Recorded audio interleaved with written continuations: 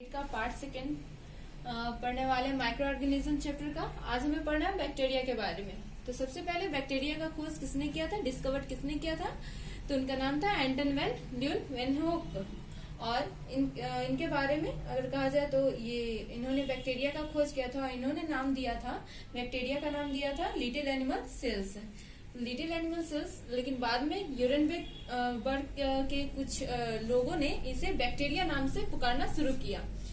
इसके बाद पढ़ते हैं लुईस पाश्चर के बारे में। बैक्टीरिया में लुईस पाश्चर जो थे, उन्होंने बैक्टीरिया के बारे में यह बताया कि उन्होंने माइक्रो ऑर्गेनिज्म जो कि हमारे एयर में प्रेजेंट होते हैं, वो कुछ खाने को यानी फूड प्रोडक्ट्स को स्पॉइल करते हैं।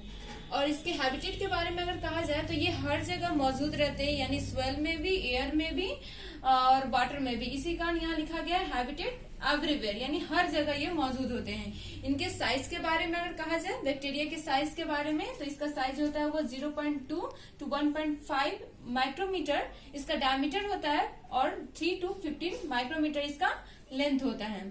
नेक्स्ट, इसका जो शेप होता है वो अलग अलग तरह के शेप्स होते हैं, लेकिन यहाँ जो मेन शेप जो है, जैसे कि एक स्फेरिकल शेप जिसे हम लोग कोकस के नाम से जानते हैं। दूसरा होता है रॉड शेप जिसे हम लोग बैसिली या फिर बैसिलस कहते हैं, जैसे कि लैक्टोबैसिलस, वो भी एक तरह का रॉड शेप है। नेक्स्ट है स्पाइरल शेप। स्पाइरल शेप को हम लोग बोलते हैं स्पाइरेलिया। फिर नेक्स्ट है कॉमा शेप। कॉमा शेप को हम लोग बोलते हैं विब्रियो। इस तरह से बहुत सारे शेप होते हैं, लेकिन मेनली ये इन चारों शेप को माना जाता है। और भी इस शेप को बैक्टीरिया को अलग तरह से, ये तो शेप के हिसाब से बांटा गया है। और ग्राम स्टेन के हिसाब से बैक्टीरिया को दो तरह से बांटा जाता है। जो सबसे पहला होता है उसे बोलते हैं ग्राम पॉजिटिव, और दूसरा जो होता है वो बोलते हैं ग्राम नेगेटिव स्टेन, ग्राम स्टेन। फिर नेक्स्ट इसके स्ट्रक्चर पे आते हैं। तो इसका जो स्ट्रक्चर होता है, जैसे कि पता है स्ट्रक्चर, क्योंकि ये यूनिसेलुलर होता है, एक ही सेल से बने होते हैं, तो इसमें सेल वॉल होता है और साइटोप्लाज्म होता है। इसका जो न्यूक्लियस जो होता है वो मौजूद नहीं होता है, लेकिन इसमें न्यूक्लियर मटेरियल पूरी तरह से मौजूद होते हैं। इसमें जितने भी इसमें जो भी न्यूट्रिशन इन्हें जरूरत होती है, यानी खाने की चीज, तथा ये जो एक्सक्रीट करते हैं यानी वेस्ट प्रोडक्ट बाहर निकालते हैं, ये सभी सेल वॉल के थ्रू ही करते हैं। और इसका जो भी ये जो है वो चेन के रूप में, यानी एक ग्रुप के रूप में एग्जिस्ट कर सकते हैं। इसके जब न्यूट्रिशन की बात कहा जाए, ये तो स्ट्रक्चर हुआ, न्यूट्रिशन की बात कहा जाए तो न्यूट्रिशन में क्या होता है कि ये भी दो तरह से न्यूट्रिशन यानी कि खाना लेते हैं, ऑटोट्रॉप्स, और दूसरा होता है हेटरोट्रॉप्स। तो ऑटोट्रॉप्स में क्या होता है, जो भी ग्रीन प्लांट से अगर खाना लेते हैं तो उसे उस बैक्टीरिया को बोलते हैं ऑटोट्रॉप्स।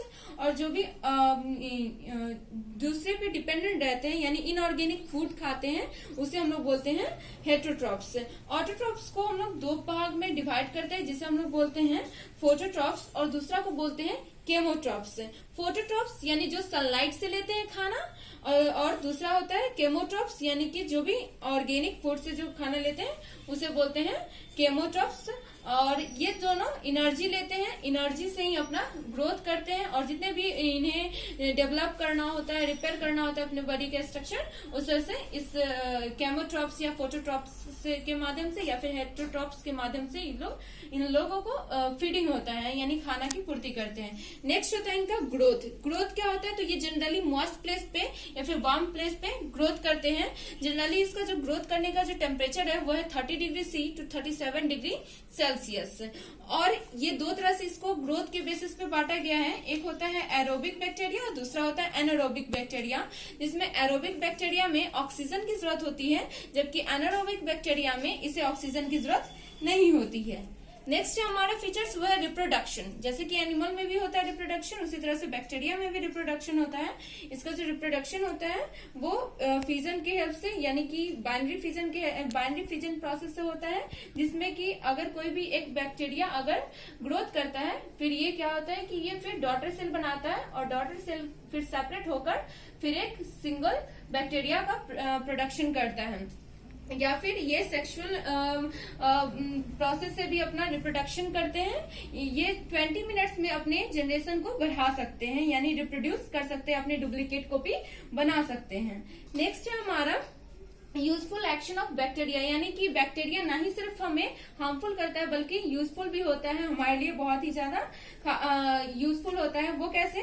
ये हमारे बॉडी के कुछ पार्ट्स में पाए जाते हैं और ये डेयरी, मेडिसिन और एग्रीकल्चर इंडस्ट्री में भी यूज किया जाता है। लैक्टोबैसिलस जो हमारे दही में पाया जाता है वो भी जो होता है वो भी बैक्टीरिया होता है। उसके बाद जो फिर एक यूजफुल एक्शन है नाइट्रोजन फिक्सेशन, यानी कि नाइट्रोजन जो भी सॉइल और सॉइल से, एयर से नाइट्रोजन लेकर फिर उसे ऑर्गेनिक नाइट्रोजीनियस कंपाउंड में कन्वर्ट करते हैं, जिसे हम लोग बोलते हैं नाइट्रोजन फिक्सेशन। तो ये भी जो होता है वो बैक्टीरिया की हेल्प से ही होता है। कुछ मैन्योर जो बनाते हैं वो भी बैक्टीरिया के हेल्प से ही होता है। लास्ट है हार्मफुल एक्शन ऑफ बैक्टीरिया, यानी कि हार्मफुल एक्शन क्या है? तो सबसे पहला हार्मफुल एक्शन, ये वाटर को पॉल्यूट करता है और कुछ बीमारी जैसे कॉलेरा होता है, ये सभी को इसी के द्वारा प्रोड्यूस किया जाता है, बैक्टीरिया के कारण ही। दूसरा होता है फूड पॉइजनिंग, इसी के कारण होता है। और कुछ खाने को बैक्टीरिया के कारण ही बर्बाद हो जाता है और ये बहुत सारे डिजीज को कॉज करते हैं। इस तरह से बैक्टीरिया खत्म हुआ। नेक्स्ट हम लोग वायरस के बारे में पढ़ेंगे। Thank you.